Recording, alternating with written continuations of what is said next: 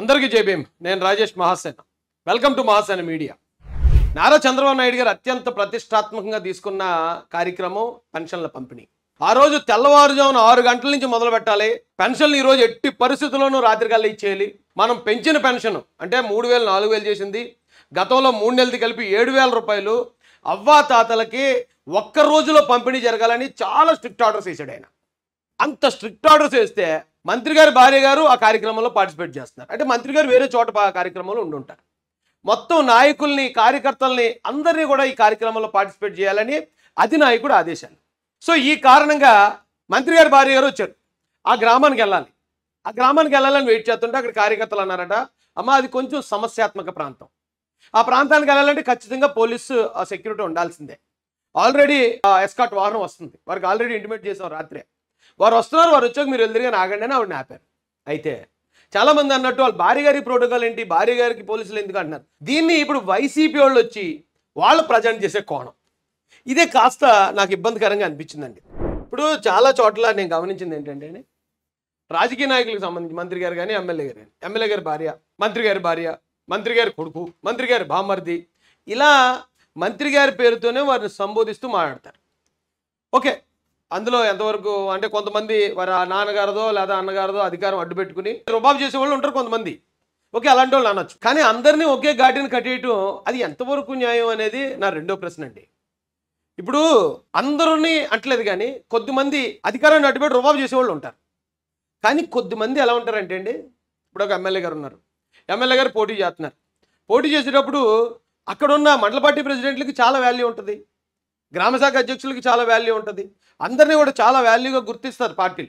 కానీ వీళ్ళందరికన్నా కూడా ఆ ఎమ్మెల్యే గారి కుటుంబ సభ్యులు కూడా పార్టీ గెలుపు కోసం చాలా పనిచేస్తారండి. వాళ్ళ భార్య ఉంటే భార్య, పిల్లలు ఉంటే పిల్లలు, కొడుకు ఉంటే కొడుకు, వాళ్ళు కూడా తిరుగుతారు పాపం. వాళ్ళని ప్రత్యేకంగా నాయకులుగా గుర్తించి ప్రోటోకాల్ ఇవ్వాల్సిన పని లేదు.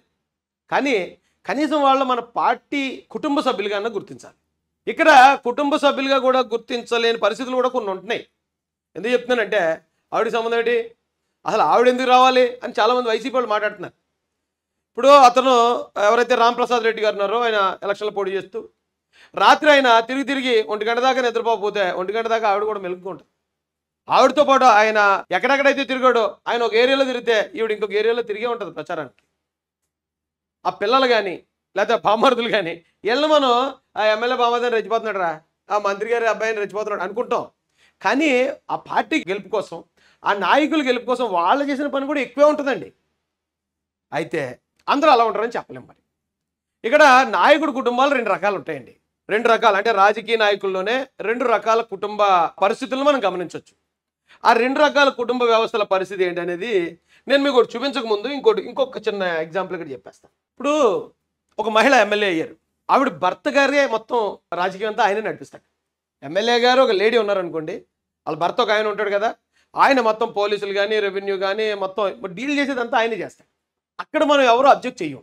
కానీ ఇక్కడ మంత్రి గారి భార్య విషయంలో మాత్రం మంత్రి ఆయన అయినప్పుడు మీరెందుకు ఇలా మాట్లాడారు, మీరెందుకు ఇది చేశారు అనేది మనం చాలా ఎక్కువ మంది దాన్ని పాయింట్అవుట్ చేస్తున్నారు. ఇక్కడ ఫిమేల్ డామినేషన్ అనేది అంటే మేల్ ఫిమేల్ ఇది కూడా నాకు కనిపించిందండి. ఎందుకంటే భార్యని ఎమ్మెల్యేగా పెట్టి భార్యని మంత్రిగా పెట్టి పెత్తనం చలాయించే భర్తలు అన్ని పార్టీల్లో, ఈవెన్ వైసీపీలో కానీ, బీజేపీలో కానీ, కాంగ్రెస్లో కానీ, టీడీపీలో కానీ, జనసేన ఉంటారు, అన్ని చోట్ల ఉంటారు. అలాంటి భర్తలను మనం ఏ రోజు క్వశ్చన్ చేయకుండా మీ భార్య ఎమ్మెల్యే అయితే మీరు వచ్చి చేసేస్తున్నారేంటి, మీరు వచ్చి మాట్లాడుతున్నారేంటి అని ఏ రోజు అనకుండా, మీ భర్త ఎమ్మెల్యే అయితే నువ్వేటమ్మా నువ్వేటి ఇక్కడ, మీ భర్త మంత్రి అయితే నువ్వేటమ్మా ఇక్కడ అని అంటాం కూడా ఎందుకు నాకు న్యాయంగా అనిపించాలి. అంటే ఇద్దరిని అనాలి. ఇద్దరిని అనకుండా మనం ఓన్లీ మహిళలను మాత్రమే నువ్వేంటి నువ్వు ఇలా చేస్తున్నావు, నువ్వు ఇలా ఎక్స్ట్రాలు చేస్తున్నావు, అది ఎందుకు నాకు కరెక్ట్ కాదని నాకు అనిపించిందండి. మీకు అనిపించకపోతే ఓకే, మీకు అనిపించకపోవడంలో కూడా న్యాయం ఉంది. ఎందుకంటే ఇంత చిన్న విషయాన్ని కూడా మీరు అంత సీరియస్ తీసుకున్నారంటే తెలుగుదేశం పార్టీలో ఉన్న క్రమశిక్షణ అది, దాన్ని ఏమో మనం కాదని అనలేం. అయితే నాయకుల కుటుంబాలు 2 రకాలు ఉంటాయండి. ఇది ఎన్టీఆర్ గారి కుటుంబం అండి.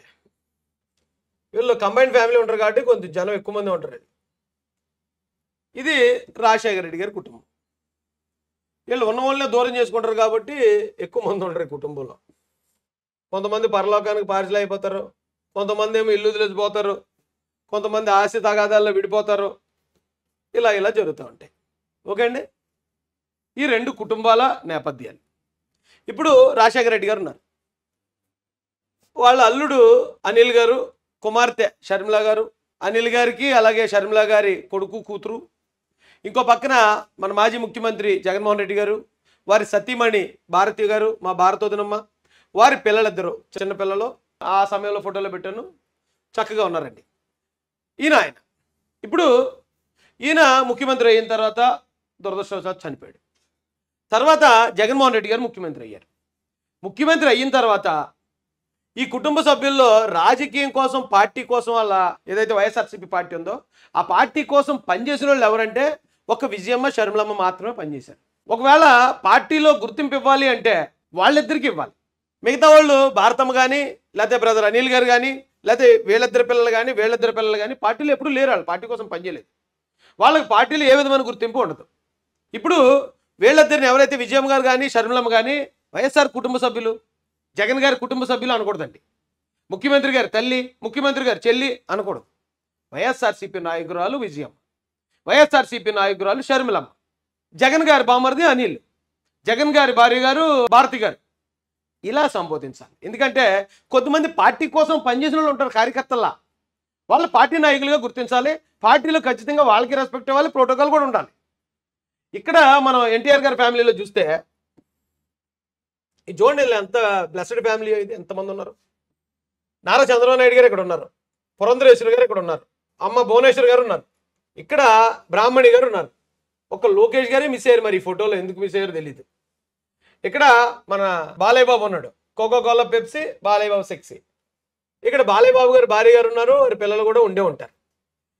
ఇక్కడ తెలుగుదేశం పార్టీ నుంచి గుర్తించాలి అంటే భువనేశ్వర్ గారు, బ్రాహ్మణి గారు ఖచ్చితంగా తెలుగుదేశం పార్టీ నాయకుల లెక్కలోకి వస్తారండి. వాళ్ళు ఎందుకంటే చంద్రబాబు నాయుడు గారిని అరెస్ట్ చేసినప్పుడు ఆయన లేని సమయంలో ఆ పార్టీ బరువు బాధ్యతలను భుజస్కంధాల మీద వేసి ముందుకు నడిచారు. నిజం గెలవాలనే కార్యక్రమం పేరుతో చంద్రబాబు నాయుడు గారు అరెస్ట్ అయిపోయారని భయాందోళనకు గురైన క్యాడర్లో ధైర్యాన్ని నింపారు.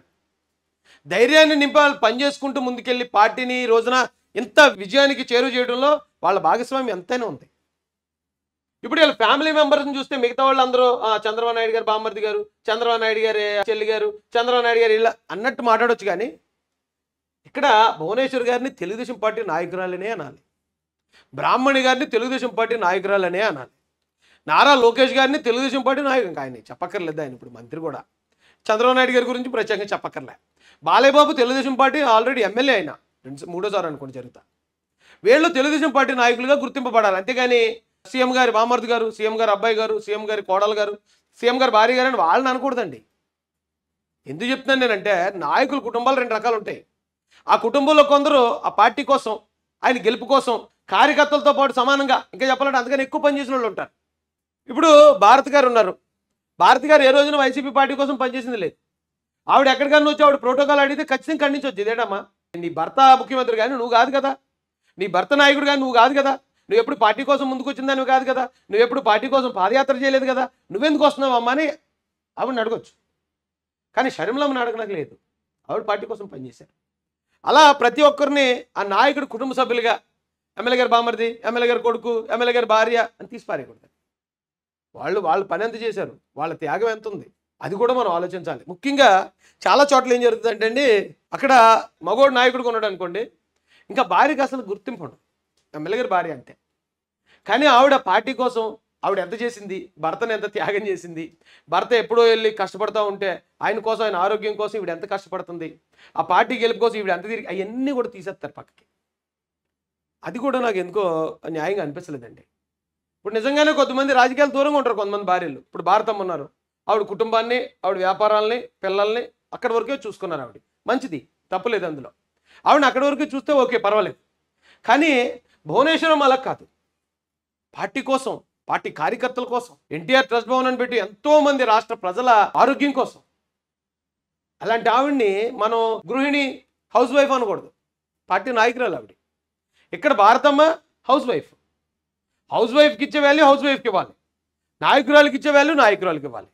కానీ అందరినీ ఒకే గాడి కట్టేయకూడదు.